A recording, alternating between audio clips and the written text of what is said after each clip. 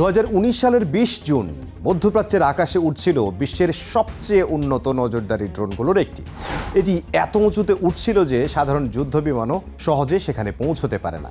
60,000 foot উচ্চতায় শত্রু অঞ্চলের প্রতিটি নড়াচড়া নজরদারি করছিল এই ড্রোন।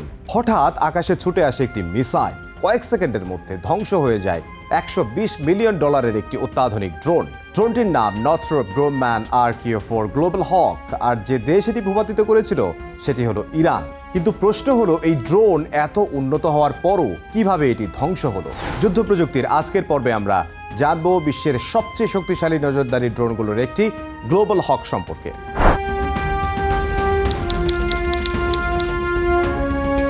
গ্লোবাল হক হলো একটি high altitude long endurance surveillance drone. এটি তৈরি করেছে মার্কিন প্রতিরক্ষা কোম্পানি নর্থ্রপ গ্রুম্যান। এই ড্রোনের মূল কাজ হলো যুদ্ধ করা নয়, বরং এটি যুদ্ধের আগে সবচেয়ে গুরুত্বপূর্ণ কাজটি করে, আর তা হলো গোয়েন্দা তথ্য সংগ্রহ।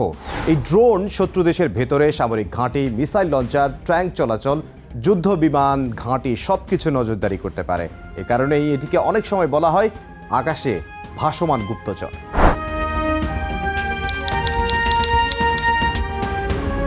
1990-এর দশকে মার্কিন সামরিক বাহিনী এমন একটি প্ল্যাটফর্ম চাইছিল যা মানুষবিহীন হলেও কাজ করতে পারবে গোয়েন্দা বিমান লকহিড U-2 এর মতো, কারণ মানুষের জীবন ঝুঁকিতে না রেখে দূর থেকে নজরদারি চালানোই ছিল মূল লক্ষ্য।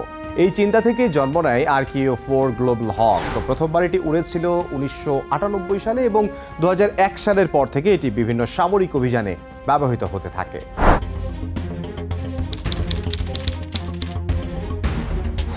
গ্লোবাল হক ড্রোনকে এত শক্তিশালী বানিয়েছে কয়েকটি বিষয়। অবিশ্বাস্য উচ্চতা। এই ড্রোন প্রায় 60,000 ফুট উচ্চতায় উঠতে পারে। এটি বাণিজ্যিক বিমানের চেয়েও অনেক বেশি উচ্চতা। এত উচ্চতায় থাকলে শত্রুর অনেক রাডার এবং এয়ার ডিফেন্স এটিকে ধরতে পারে না। দীর্ঘ সময় আকাশে থাকা। গ্লোবাল হক 30 থেকে 34 ঘন্টা পর্যন্ত আকাশে থাকতে পারে, অর্থাৎ একবার উড়লে এটি প্রায় 1.5 দিন টানা একটি অঞ্চল পর্যবেক্ষণ করতে পারে। বিশাল এলাকায় স্ক্যান। এই ড্রোন একদিনে প্রায় 1 লাখ বর্গ কিলোমিটার এলাকায় স্ক্যান করতে পারে, যা একটি ছোট দেশের সমান। উন্নত সেন্সর প্রযুক্তি। গ্লোবাল হক আসলে একটি উড়ন্ত সেন্সর প্ল্যাটফর্ম। এর মধ্যে রয়েছে কয়েকটি অত্যাধুনিক নজরদারি প্রযুক্তি।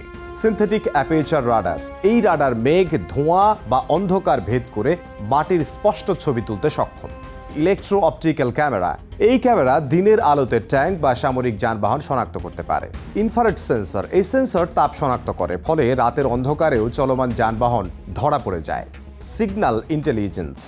ড্রোনটি শত্রুর রাডার, যোগাযোগ সিগন্যাল, সামরিক রেডিও সবকিছু শনাক্ত করতে পারে।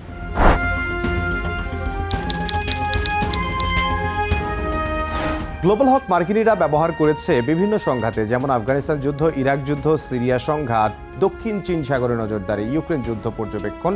এই ড্রোনের মাধ্যমে যুদ্ধক্ষেত্রের লাইভ তথ্য সরাসরি কমান্ড সেন্টারে পৌঁছে যায়।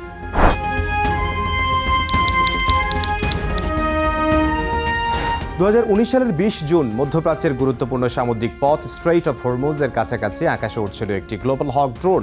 এই অঞ্চল বিশ্বের সবচেয়ে গুরুত্বপূর্ণ তেল পরিবহন পথগুলোর একটি। ড্রোনটির নজরদারি করছিল পারস্য উপসাগর এলাকার সামরিক পরিস্থিতি, কিন্তু তখনই পরিস্থিতি হঠাৎ বদলে যায়। ইরানের দাবি ছিল ড্রোনটি তাদের আকাশ সীমায় প্রবেশ করেছে। এরপর ইরানের বিপ্লবী গার্ড বাহিনী ইসলামিক রেভলিউশনারি গার্ড কর্পস একটি ভূমি থেকে আকাশে নিক্ষেপণযোগ্য মিসাইল ছোড়ে। ইরান জানায় তারা ব্যবহার করেছে খোর্দা 3 surface two air missile system. এই মিসাইল আঘাত করার পর ড্রোনটি ভেঙে পড়ে সমুদ্রে।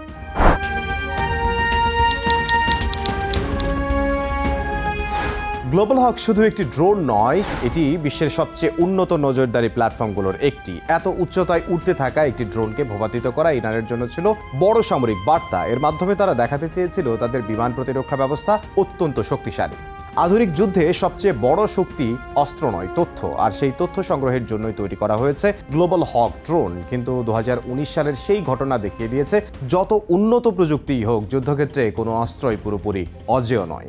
ইরান সেই ড্রোনের ধ্বংসাবশেষ থেকে গুরুত্বপূর্ণ তথ্য সংগ্রহ করেছে, নিজেদের সমৃদ্ধ করেছে, যার ফলাফল পেয়েছে 2026 সালে। সর্বশেষ তথ্যানুযায়ী ইরান দাবি করেছে তারা হরমুজ প্রণালীর উপর দিয়ে উড্ডয়নরত একটি মার্কিন MQ-9 রিপার ড্রোন ভূপাতিত করেছে, যার আনুমানিক মূল্য $3 কোটি। এছাড়া ইরানের বিপ্লবী গার্ড বাহিনী IRGC দাবি করেছে যে চলমান উত্তেজনা ও যুদ্ধ শুরুর পর থেকে তারা এ পর্যন্ত 130টির বেশি মার্কিন সামরিক ড্রোন ধ্বংস করেছে। যদিও ইরান ভিডিও ফুটেজ প্রকাশ করে এসব দাবি করেছে, তবে মার্কিন প্রশাসনের পক্ষ থেকে সত্যতা নিশ্চিত করা হয়নি।